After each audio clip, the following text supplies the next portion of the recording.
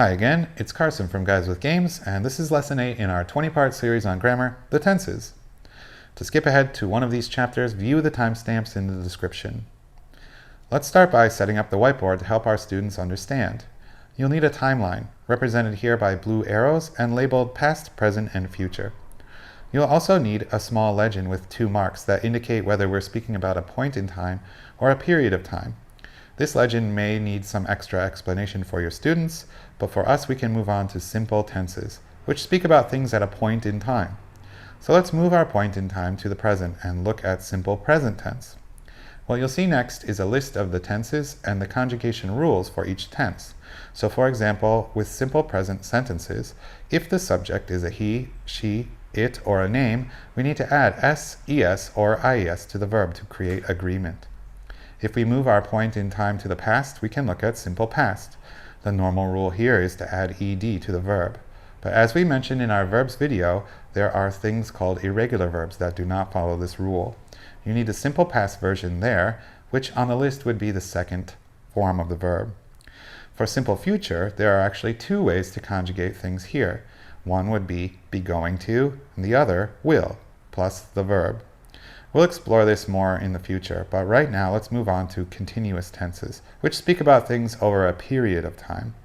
We can move the period of time to the present and take a look at present continuous. I should mention that this is sometimes called present progressive, but I'm choosing to use the word continuous here. To conjugate here, we need the be verb, so is, am, or are, plus verb ing. Let's move our period of time to the past and look at past continuous. Here we need the past form of the be verb, which is was or were, plus the verb ing. Last, we can move our period of time up to the future, and again, you could use either A or B to conjugate in the future, but I'm going to stick with will. So what you need is will plus the word be plus verb ing. Let's move on to perfect tenses, which speak about past experience at a point in time.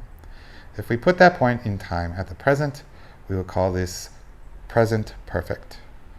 What you need here is have or has, depending on your subject, plus something called the past participle. And the past participle is either the verb plus ed or the irregular verb form number 3. If we move our point in time back to the past, we are looking at past perfect. And here it's the same rule, except that you need the past form of have or has, which is had. So had plus the past participle. Let's move our point in time to the future. Here again, we could use A or B, but I'm sticking with B, and we need will plus the word have plus the past participle. Lastly, we can look at perfect continuous tenses, which speak about experience over a period of time. If we put that period of time at the present, we can look at present perfect continuous tense. So what's the conjugation rule? We need have or has plus the past participle of the be verb, which is been, plus verb ing. Let's move our period of time to the past. And here we're looking at past perfect continuous. Again, same rule, but we're using the past form of have, which is had. So you end up with had plus been plus verb ing. And last, we're moving all the way up to the future. This is rarely used, but it's still an important thing that we need to learn how to do. Future perfect continuous. You can say will, have, been plus verb ing. And now for an activity to review what you've learned.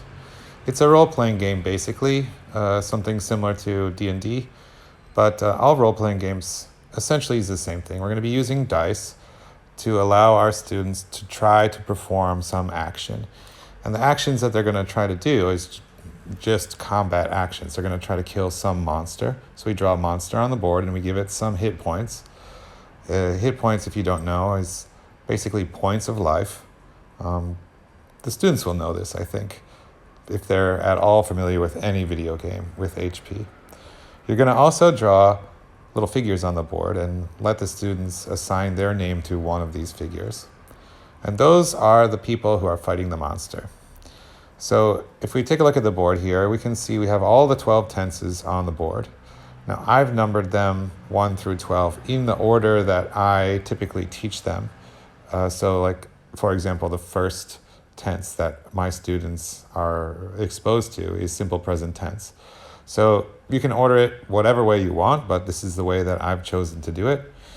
In true role-playing games, usually, and if you roll a 1, that's the worst possible outcome that could befall your character. So you might want to make something like past perfect continuous to be the task that they need to do if they roll a 1. But basically that's kind of irrelevant. The numbers 1 through 12 are going to be fails. And when a student fails, they need to do what in RPGs is called a saving throw. And so a saving throw in RPGs is you need to roll against some number and try to roll higher than that number. But in our classroom, they can save themselves by performing an English task. And if we're going to use this with all of the 12 tenses, it makes sense that they just need to make a sentence or make a question or make a negative sentence. You, the teacher, can decide. But they need to perform some English task to save themselves from dying, basically. So we've got, let's say we have these 11 students in our class, and the first one's going to roll a die. And if they roll something higher than a 12, so a 13 to a 20, I'm going to use a 20-sided die here. And if they roll anything from 13 to 20, they hit the monster and we deduct that amount of HP from its total. But if they roll something low, let's say they roll a 5, well, now they need to make a sentence in this particular tense to save themselves. And if they fail, they are eliminated from the game.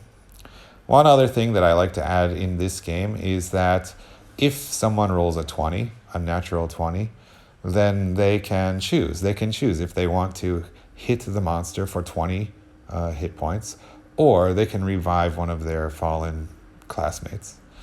Anyway, this game can be used in almost any aspect of the classroom. We'll do a whole nother video on it about balancing and what dice to use. But if you happen to be reviewing all 12 tenses, I suggest you use a D20, a 20-sided dice, and you use this system. Thanks again for watching, and have a nice day. And thanks again to our patrons for supporting us. If you want to join them and get access to extra resources, visit us on Patreon. The link is in the description.